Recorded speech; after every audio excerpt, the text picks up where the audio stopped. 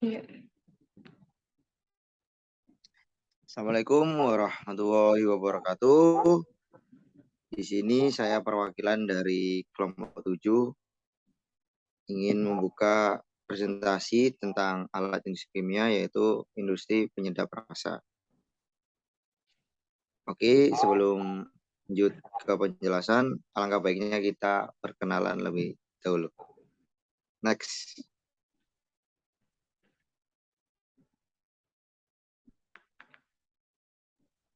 Perkenalkan, nama saya Alda Alicia, NPM 21228. Saya Nuriza Mala, NPM 21263. Perkenalkan, nama saya Vanessa Rosafia Berinda, NPM 21264.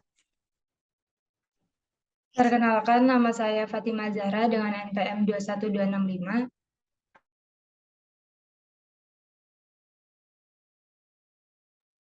Saya Reudira dengan NPM 21269. Selanjutnya saya Syahdan Adia Islami Juventino dengan NPM 270.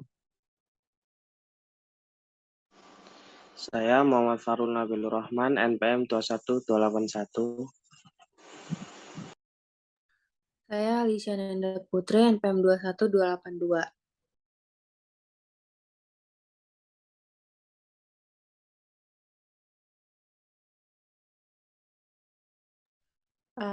Sebelum kita mengetahui proses yang terjadi pada industri penyedap rasa, kita harus mengetahui apa itu penyedap rasa. Penyedap rasa adalah bahan tambahan makanan yang ditambahkan ke dalam makanan atau masakan dan untuk memperkuat rasa yang ada pada makanan dan masakan tersebut.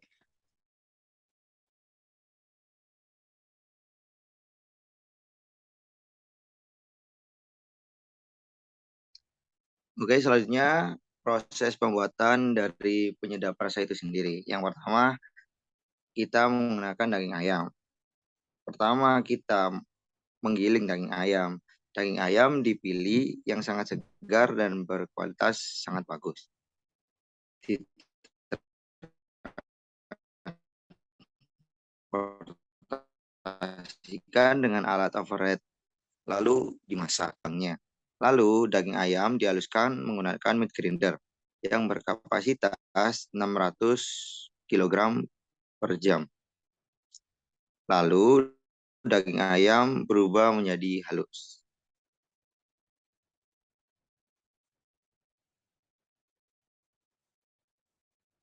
Lalu proses kedua yaitu pencampuran daging ayam dengan rempah-rempah halus. Daging ayam yang sudah dihaluskan dicampurkan dengan rempah yang sebelumnya sudah dihaluskan dengan dismil. Proses penyampuran dilakukan dengan menggunakan alat ribbon blender dengan kapasitas 3,5 sampai 20.000 liter. Daging ayam yang sudah halus tercampur dengan rempah yang sudah dihaluskan.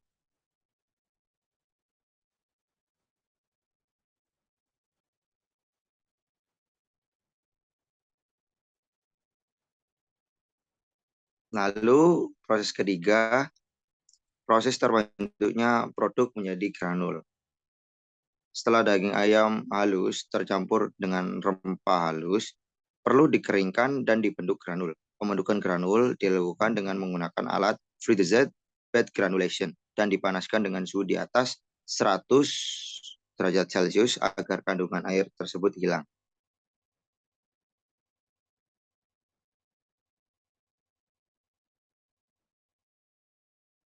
Lalu pada proses terakhir yaitu proses packaging produk untuk dipasarkan. Setelah terbentuk granul, produk ditransportasikan dengan alat bed conveyor untuk dikemas dalam kemasan.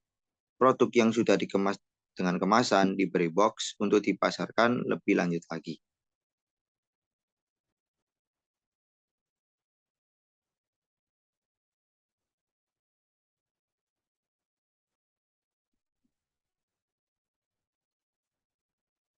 Nah, ini adalah flow diagram kelompok kita agar lebih mudah memahami isi dari proses ayam lalu disimpan ke penyimpanan daging, lalu ditransmisikan dengan overhead conveyor, lalu dicuci dan dimasak.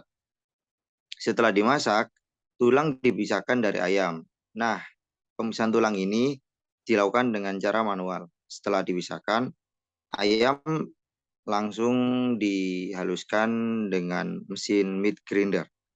Lalu pada truk pengangkut kedua, yaitu pengangkut rempah lalu disimpan di tempat penyimpanan. Setelah itu dihaluskan dengan disc mill dan dijadikan satu dengan ayam, dan rempah tersebut digiling menggunakan alat rib bone blender. Di sini ada proses pencampuran kedua bahan.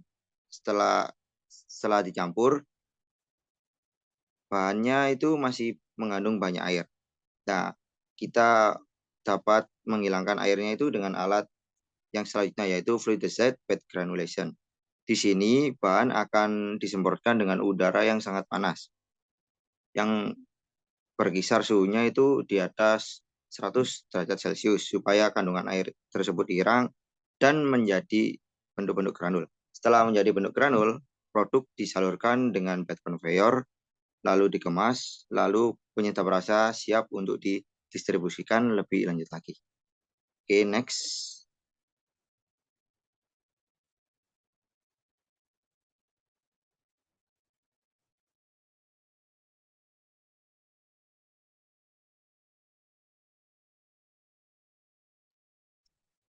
Baik, di sini kemudian ada prinsip kerja dari dismill.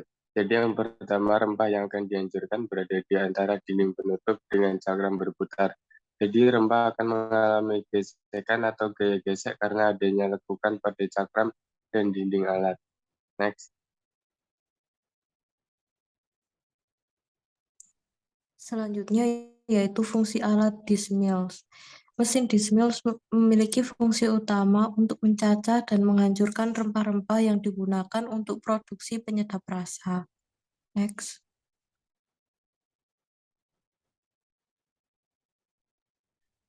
Alasan pemilihan alat menggunakan dismil yaitu yang pertama itu dapat menghaluskan rempah-rempah itu menjadi produk dengan ukuran 1-2 mm. Kemudian yang kedua dapat memproduksi produk sebesar 200 kg per jam, dan yang terakhir produk yang dihasilkan itu produk yang kering.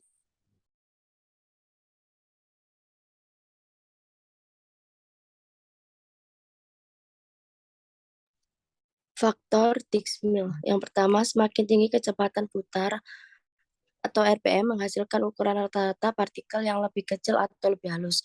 Yang kedua, kehalusan hasil yang diperoleh tergantung dari kekasaran piringan. Next.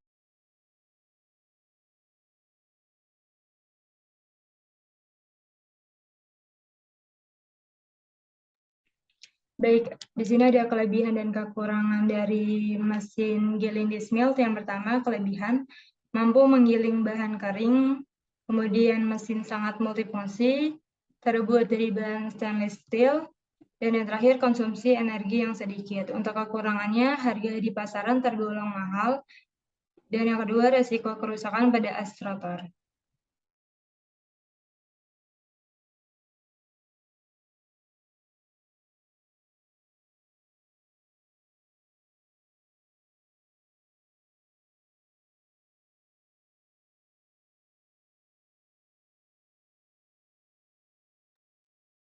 Kemudian di sini ada prinsip kerja grinder. Jadi daging ayam yang telah dilakukan pencucian dimasukkan ke dalam mesin penghalus atau meat grinder. Jadi alat ini bertumbuh pada kecepatan perputaran motor penggerak yang ada di dalam mesin. Jadi kapasitas mesin ini memiliki kapasitas 600 kg per jam. Next. Selanjutnya, fungsi alat meat grinder. Meat grinder adalah alat penggiling daging serbaguna, merupakan penggiling daging terbuat dari bahan food grade plastik, serta menggunakan mata pisau yang tajam dari bahan stainless anti karat.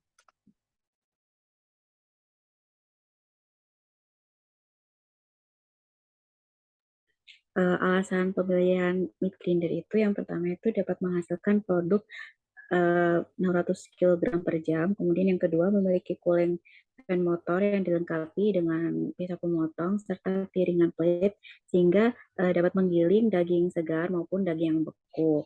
Kemudian yang ketiga dapat menggiling tulang yang masih tersisa dari proses pemeriksaan daging dengan tulang secara manual.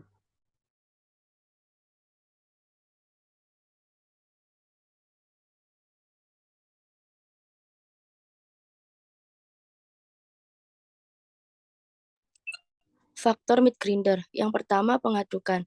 Semakin cepat waktu pengadukan, semakin halus feed yang dihasilkan. Yang kedua, waktu. Jadi meat grinder menghasilkan 600 kg daging per jam.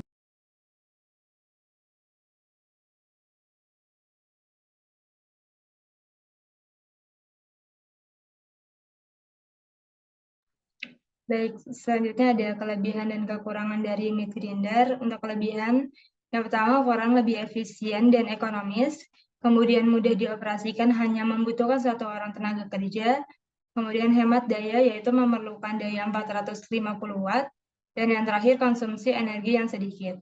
Untuk kekurangannya, yang pertama menggunakan 2 motor sehingga daya getaran lebih besar, kemudian puli penghubung antara motor dengan mesin penggiling terjadi slip saat menggiling daging yang terlalu keras.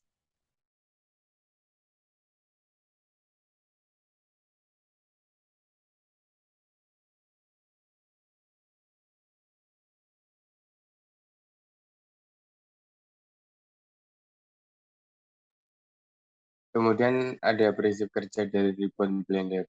Jadi proses pencampuran antara daging ayam halus dengan rempah halus menggunakan ribbon blender yang digerakkan oleh motor yang ditransmisikan pada sebuah gearbox yang dihubungkan dengan shaft untuk menggerakkan blendernya. Jadi alat ini memiliki kapasitas 20.000 liter. Selanjutnya yaitu fungsi ribbon blender. Ribbon blender adalah sebuah mesin yang berfungsi untuk mengaduk atau mencampur bahan berbentuk powder dengan tingkat basah yang tinggi.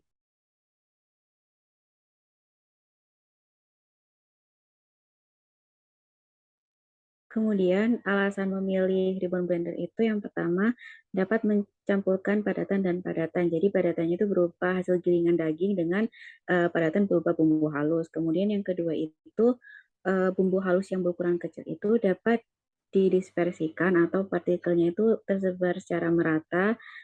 Jadi bisa homogen tanpa pencampuran terlebih dahulu. Kemudian yang ketiga itu memiliki baling-baling untuk menghindari terjadinya penggumpalan pada sudut ribbon blender.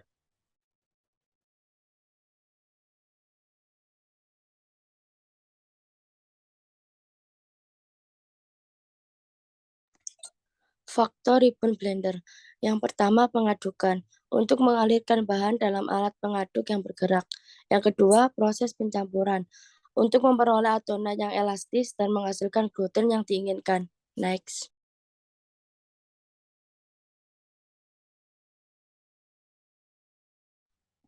Kemudian ada kelebihan dan kekurangan dari ribbon blender. Kelebihan yang pertama yaitu mudah dalam perawatan alatnya. Kedua, cocok untuk pencampuran 2 atau 3 macam bubuk secara merata. Dan yang ketiga, mencampur dengan cepat dan efisien semua komposisi dalam produksi. Kemudian untuk kekurangannya, hanya bisa digunakan untuk pencampuran serbuk yang kering, kemudian penambahan atau pencampuran serbuk dengan cairan hanya bisa dilakukan pada alat yang mempunyai kapasitas 15 kg.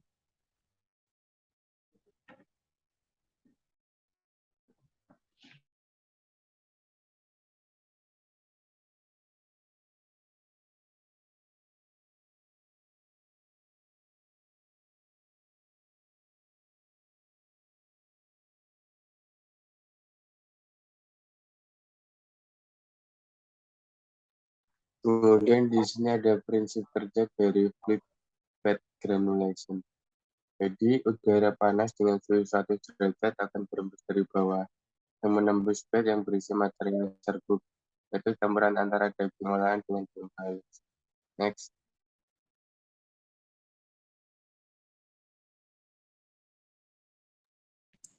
Selanjutnya yaitu fungsi alat granulasi fluid bed.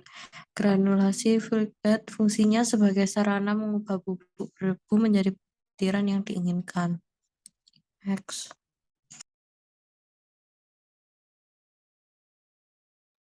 Alasan memilih fluid bed granulation itu karena yang pertama memiliki temperatur yang bisa dikontrol, yaitu lebih dari 100 derajat Celcius dengan waktu sekitar 20-40 menit, serta memiliki kapasitas pengeringan sebesar 200 kg per jam. Kemudian memiliki struktur distribusi udara sehingga dapat menghasilkan produk yang stabil.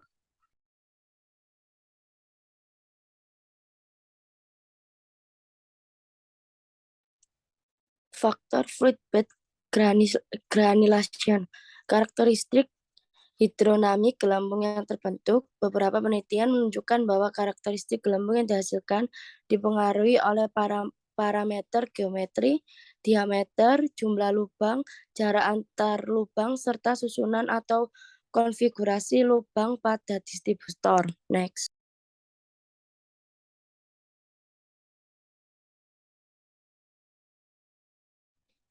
Selanjutnya ada kelebihan dan kekurangan dari fluid bed granulator.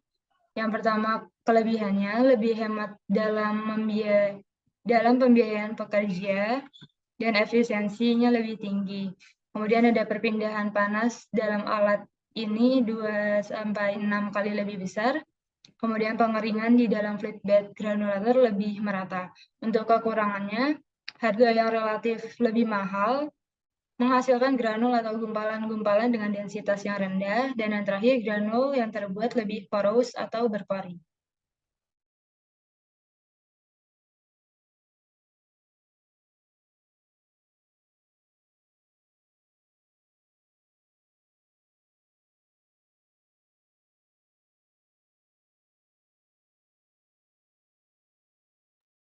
Kemudian di sini ada prinsip kerja dari overhead conveyor. Alat ini memiliki dua bagian penting yaitu katrol dan troli. Kedua alat tersebut digerakkan dengan arus listrik di mana arus listrik masuk ke sistem untuk disalurkan pada troli dan motor.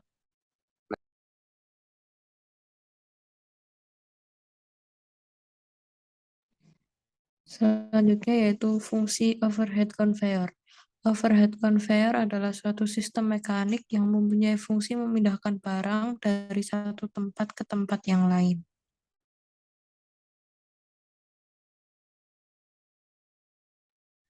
Alasan memilih overhead conveyor itu yang pertama itu memiliki tinggi total sekitar 2-3 meter.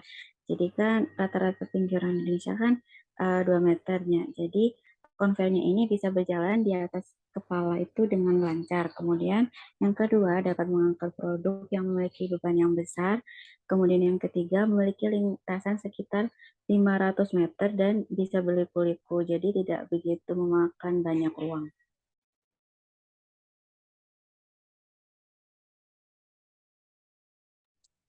Faktor overhead conveyor. Yang pertama, tinggi operator yang menjalankan karir adalah 165 cm atau berdasarkan tinggi rata-rata orang Indonesia. Yang kedua, rata-rata jarak antara bahu dengan bagian atas kepala operator adalah 30 cm. Yang ketiga, tinggi total overhead conveyor adalah 2 meter.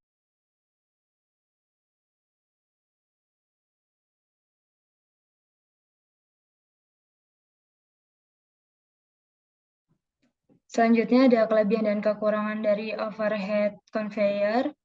Kelebihan yang pertama, sistem conveyor memungkinkan transportasi cepat dan efisien untuk berbagai bahan. Yang kedua, berguna dalam aplikasi yang melibatkan transportasi bahan berat atau besar. Yang ketiga, banyak jenis sistem conveyor yang tersedia dan digunakan sesuai dengan kebutuhan. Untuk kekurangannya, yang pertama, tidak mempunyai fleksibilitas saat lokasi barang yang dimobilisasi tidak tetap dan jumlah barang yang masuk tidak kontinu. Yang kedua, jika mengalami kerusakan harus diperbaiki semua bagian yang rusak.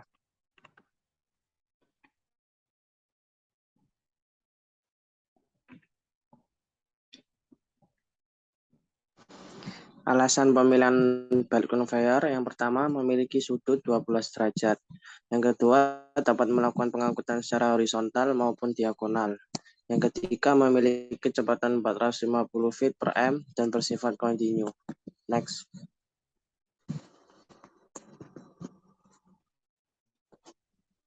Fungsi alat belt conveyor atau sabuk angkat adalah ban atau sabuk yang terhubung kedua atau lebih katrol yang berputar yang digunakan untuk mengangkut material satu atau lebih katrol terhubung ke generator, sehingga akan menggerakkan rangkaian ban atau sabuk tersebut. Next. Prinsip kerja belt conveyor mentransport produk granul yang ada di atas belt, jadi produk dari sisi tali bergerak menuju head, kemudian ditumpahkan dan siap untuk dikemas. Kelebihan dan kekurangan belt conveyor. Kelebihan yang pertama adalah belt conveyor mudah dalam perawatan. Yang kedua, lebih mudah saat pembersihan. Yang ketiga, pemasangan belt pada conveyor belt lebih mudah. Untuk kekurangannya yang pertama, mengalami penurunan tingkat kinerjanya jika ada kerusakan. Yang kedua, pemasangan untuk menyambungkan kedua ujung belt pada mesinnya tidak dapat dilakukan oleh sembarang orang atau orang awam.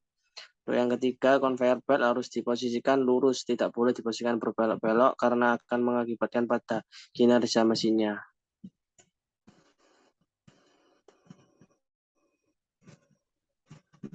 Untuk faktor belt conveyor yang pertama kecepatan, yang kedua sudut kemiringan, dan yang ketiga gaya tarik dari belt.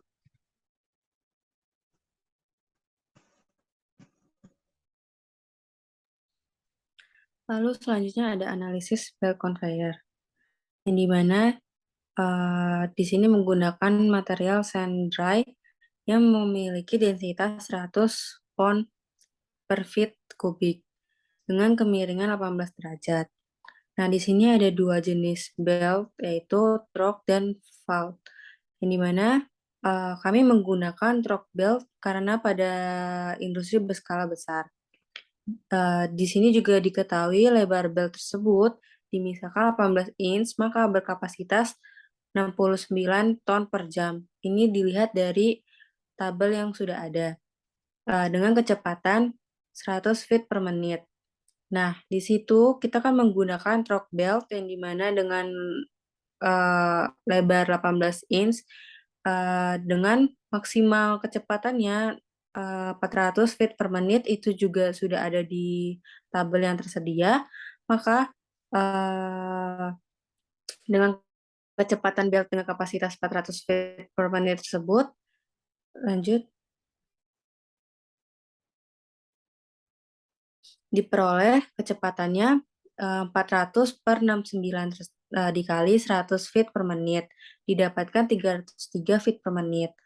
Nah, dengan range yang ada, yaitu range kecepatan maksimalnya 400, maka dapat disimpulkan bahwa asumsi trial yang dipakai oleh belt conveyor memenuhi dengan panjang lintasan yang didapat. Nah, di sini kita mencari panjang conveyornya, yang dimana 1.500 tersebut jarak atau feet yang digunakan per cos 5 derajat. Nah, di sini didapatkan 1.105,7297 feet. Lalu dihitung juga ketinggian konveyornya, yang dimana 1.500 tersebut tadi juga dibagi dengan 5 derajat yang didapatkan 171 feet. Nah, di sini dari grafik yang ada itu kita mendapatkan kemiringannya 1.514 feet. Nah, kita juga dapat menghitung dayanya. Pertama kita menghitung daya atau power horizontal dengan rumus 0,4 ditambah L, yang dimana L tersebut merupakan jarak dari feet yang ada per 300. Lalu dikali dengan W per 100. Didapatkan daya horizontalnya 21,6 horsepower. Selanjutnya kita menghitung daya vertikal dengan rumus 0,001 dikali H kali 400. 400 tersebut merupakan W. Nah, di sini kan sudah diketahui bahwa hanya didapatkan tadi 171 dan W-nya didapatkan 400. Maka didapatkan daya vertikalnya 68,4 horsepower. Dan tadi sudah dijelaskan bahwa kita memakai lebar insinya 18 dan didapatkan juga panjang konveyernya 1514 feet. Dan kita juga menghitung daya empathy-nya 2 tersebut didapatkan oleh grafik kemiringan yang ada dikali 303 yang kecepatannya sudah didapatkan tadi per 100 sama dengan 6,06 horsepower. Maka ditotalin semua, daya totalnya didapatkan 96,06 horsepower.